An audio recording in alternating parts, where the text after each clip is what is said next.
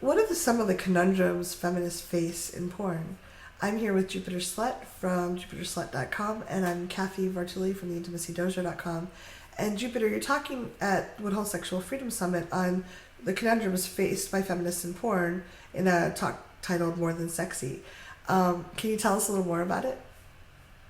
I'd be delighted to. Thank you. I proposed this panel because I myself am a feminist and I produce porn, and I face conundrums as a feminist in the industry. Yeah. I got into creating porn because I was working on my own issues around having had my entire sexual identity and sex life um, aimed at pleasing men. Mm. I was raised to I was raised to please them sexually and otherwise, and I didn't know any other way to be. In my very first sexual encounters, I pretty much had an out-of-body experience. I kind of watched from the outside to observe what people would do with my body, Yeah. and that was my sex ed. And after a 15-year marriage, I I had the kind of sex that my partner was willing to have with me, but there was a lot of parts of my own sexual identity that wasn't expressed, Mm-hmm.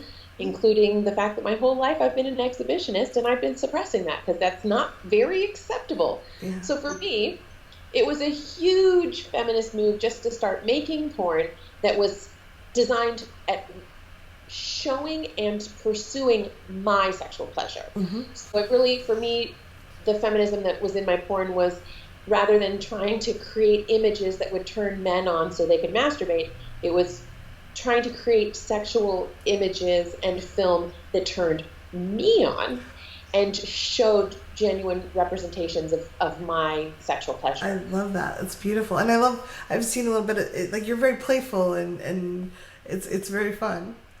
Thank you.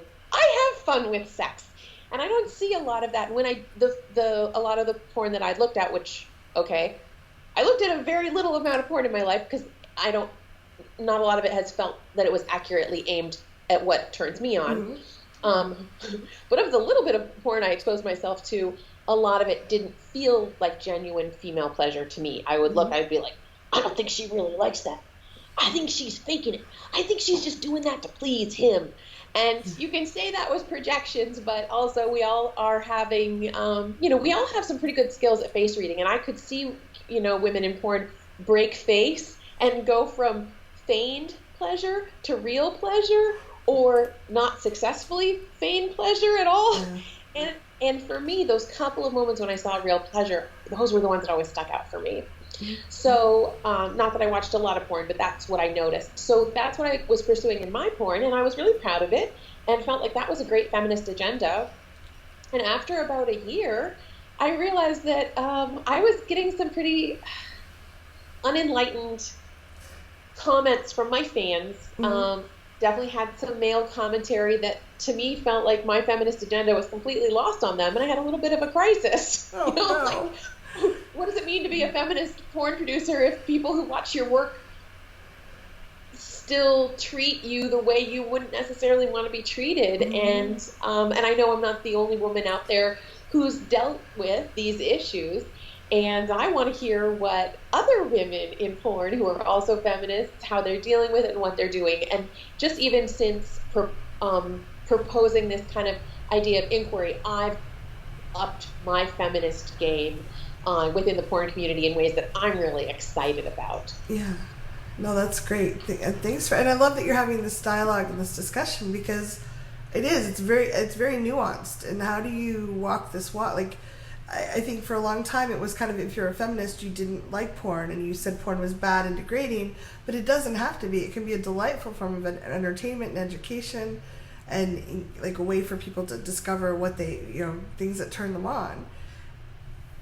And how do you walk that without objectifying women or putting them as objects? Well, I would say some women want to be objectified at certain times. And that, as long as it's mutually consensual, for me, it's fine. Um, I think also sometimes men want to be objectified. Yeah. There's a time and a place, as far as I'm concerned, if people are consensual, it's fine. But for me, it was really painful. And I remember actually when I was in college, reading a paper that was a feminist manifesto against any and all pornography. And they didn't believe that any woman could willingly or want to engage in porn. And if she was, I guess they probably were saying, you know, she's brainwashed by the man. Yeah. And I agree that the vast majority of porn that's out there has been engineered to a male gaze. Mm-hmm. And that's part of the problem and excitement for me. How do I engineer for a female gaze, especially when I don't even know what I like sexually? Mm-hmm. Because I was raised, like I told you, a lot of my early sexual experiences were out of body. Yeah. I literally just turned myself over like a big sex doll. Like, yeah, just do whatever. Tell me when it's over. Yeah, well, not because I wasn't interested, but because I was too scared. And I also had no concept of how to be entitled to my own sexuality. So I'm sure that's a place that's kind of a scary and really ignorant place to be, especially as an adult woman. But we're not taught. There's not, like, I had abuse history, so I came in the same way. I was just like, I know sex is good. My body feels kind of good when it's done, but I don't know how to be in it during it. And I would just kind of disassociate, and like whatever they wanted I would do, and then afterwards I would sometimes feel really bad about myself. So that's why my porn tends to be very playful, because I literally am learning through my porn. And also we tend to take so much serious, like, did I do it right? Did I do it good?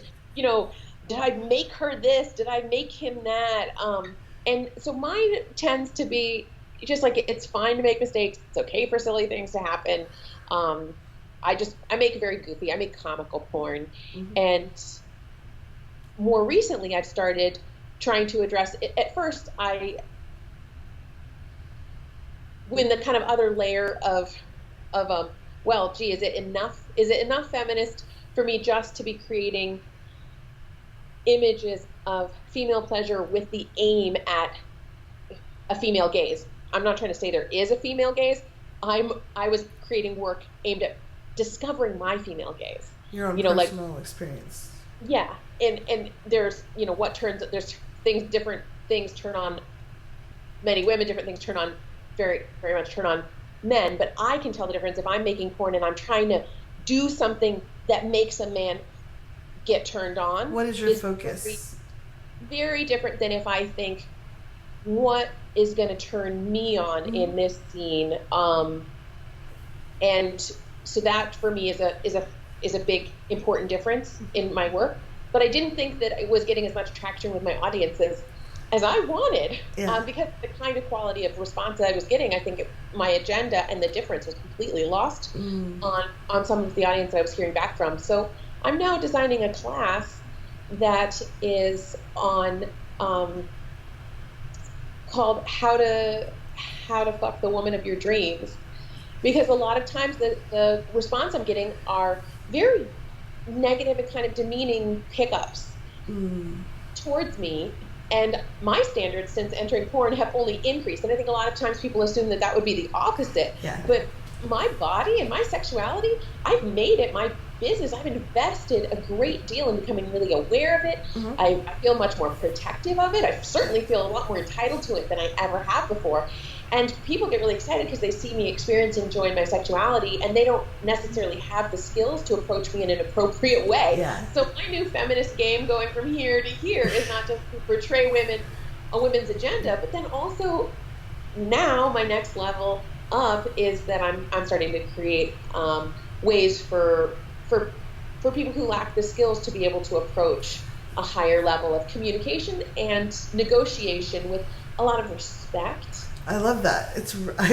I wish I could send your video to anyone who wants to ask me out, because on OkCupid I get the worst. There's some beautiful responses, and there's some like when can we fuck? And I'm like, we're not going to, because you just proved that you do not have any thought in your approaches. So, well, and I also intend to write one for women, because for me doing porn has been so powerfully transformative for me in me becoming entitled to my own sexuality. And I wouldn't have even known what that phrase meant a few years ago. So I intend to also be making a course for women, but both of those will be things that are shared out in the world, and I hope that make a difference for the people who could use them. Yeah, that's wonderful. Thanks so much for doing this work. So this is, I mean, It's obviously, literally my pleasure. yeah. I love it. So obviously, I mean, this is really important. Why did you choose Woodhull as a venue to share this on? Well, I've been attending Woodhull for about 3 years, and it is a magnificent group of thinkers, activists, people who are looking to create more freedom and more love and more rights to our own sexuality. Yeah. And I've benefited tremendously from listening to other speakers, and it was one of the first places that I ever experienced a publicly safe space for sexual inquiry and discussion. Mm-hmm. It's also pretty academic. It was a very high level of discussion, and I have an academic background. Yeah. I have 2 master's degrees, and I love getting really nitty gritty in the conversation. So those are the things that are bringing me to Woodhull, and this is my first opportunity that I'm getting to give back to the community, and I'm just thrilled. I love it. Thank you so much. If someone wanted to learn more about feminists and around porn and the issues they face, is there any good place they can go to learn more? Well, there are. I would say if you, I have a book that I'm currently reading called Watching Porn. It is a memoir by a porn journalist. After 10 years of being a female feminist porn journalist, she wrote a memoir, and I am learning a ton. I was in the industry, but it's easy to be in your niche or to not know the history or the breadth of the work that other people are doing in the same vein as you. And I am learning so much by reading this memoir and loving it. So that's nice. So Watching Porn. Great. By Lindsay G. That would be my recommended book if you're interested in issues of feminism and porn. There are other good ones, which an Amazon search would do, but that one, I love that one. Thank you for the recommendation. Yeah. And thank you for I know it's challenging enough to do the exploration of your own sexuality, what turns you on, but also considering how does this fit in with my beliefs around feminism, and then not only examining that, but distilling it and sharing it with people. I really appreciate this, and I think that you're adding a lot to the community. So thank you for being part of this. Yeah. All right. I look forward to see you in a couple months at Woodhull. And if you're watching this and you have questions or comments, please leave them below. We'll try to get back to you. Yeah, and find me at jupiterslut.com.